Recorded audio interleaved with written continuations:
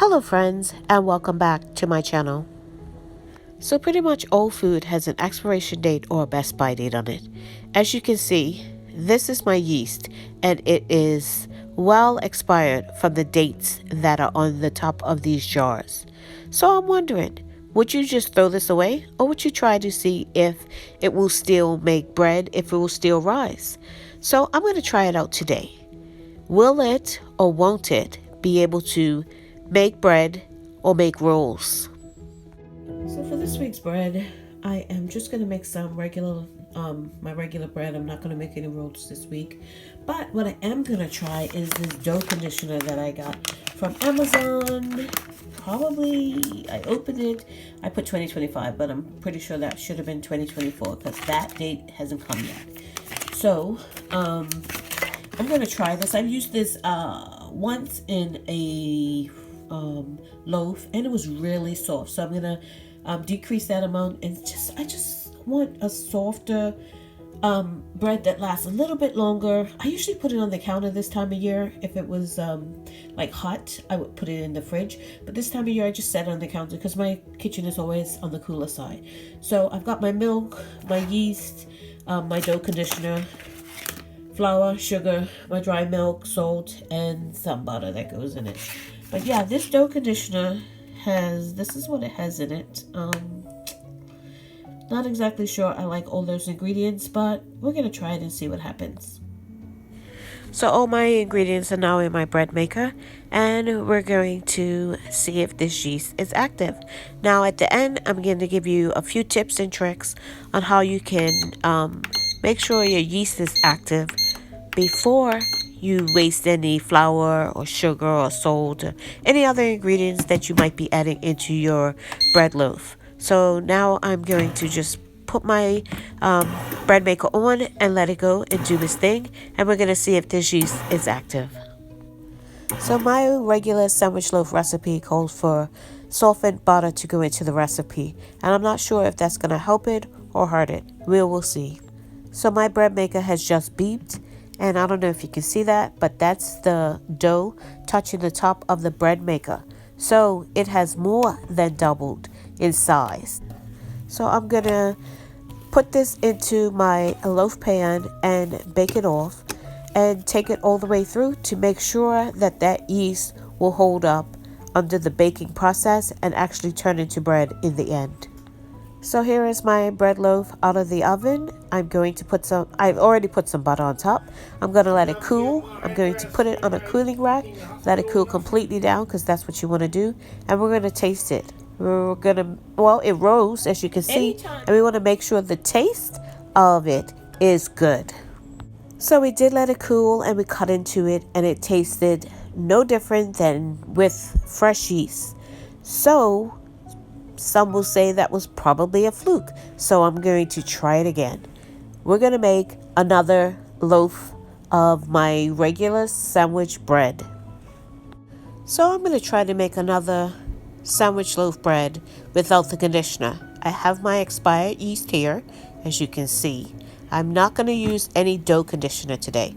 I put my yeast in and I've bloomed it, and at the end of this video I will explain how that is done. So I have my expired yeast, and I typically have this bigger package in my freezer, which I fill the smaller bottles here, these ones here, and I put these in my fridge, and I use my yeast from my fridge. And that's another way that you can prolong the life of yeast, is to put it in your fridge. And if you're not using it right away, in your freezer. Now this one is expired, as you can see. I'm still using expired yeast. So will it work?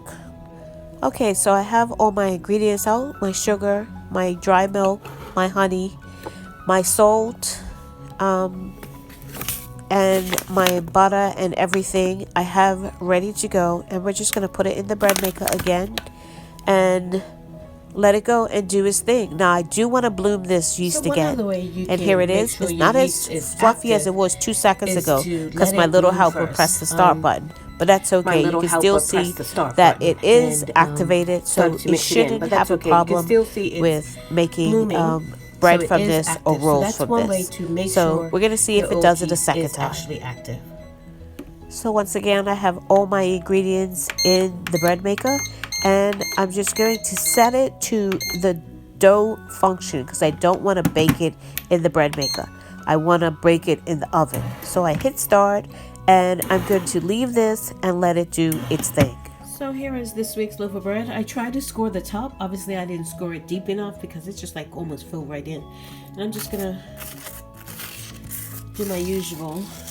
Put some butter over it and let it cool, and then dump it out into what is that? A cooling rack. Yeah, there's the word. And let it cool the rest of the way. This is kind of hard to do, looking through the video lens, screen, phone, and trying to do something. It's like rubbing your head and patting your belly. Is that the way it goes? So patting your head and rubbing your belly. Alright, so yeah, this is the sandwich loaf for this week.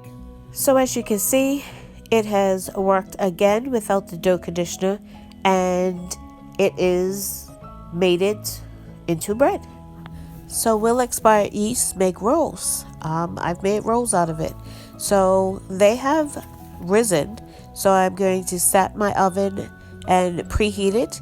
And as soon as that is ready, I'm going to put these rolls into the oven, and we'll see if they come out good.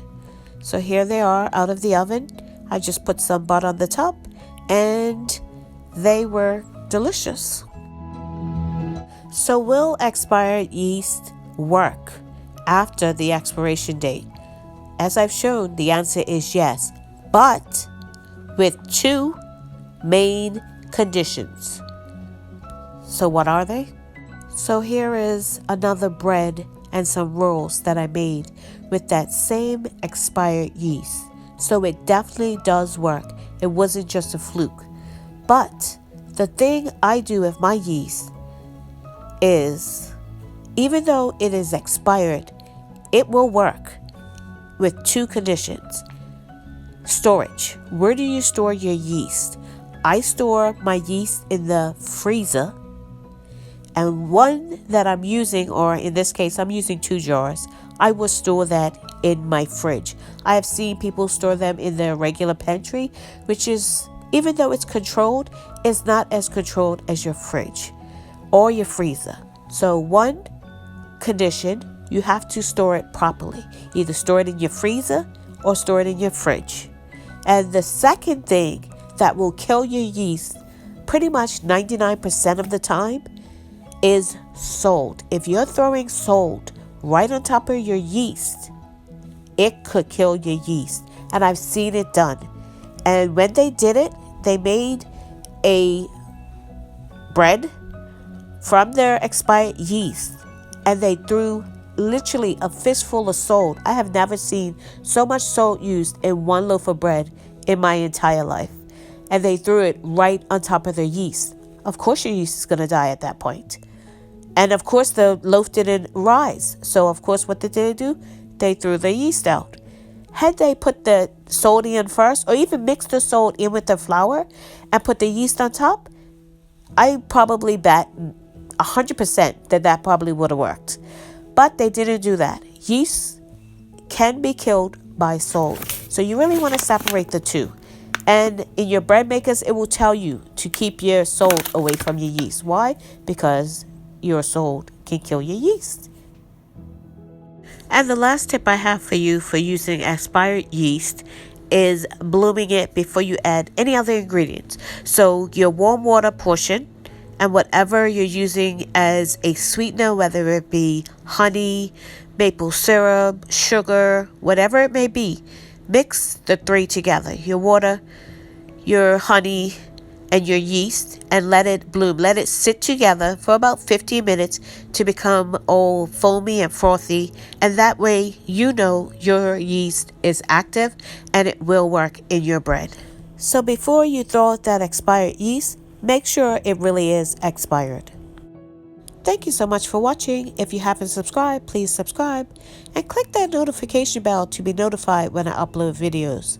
God bless, and remember, stay safe and keep prepping.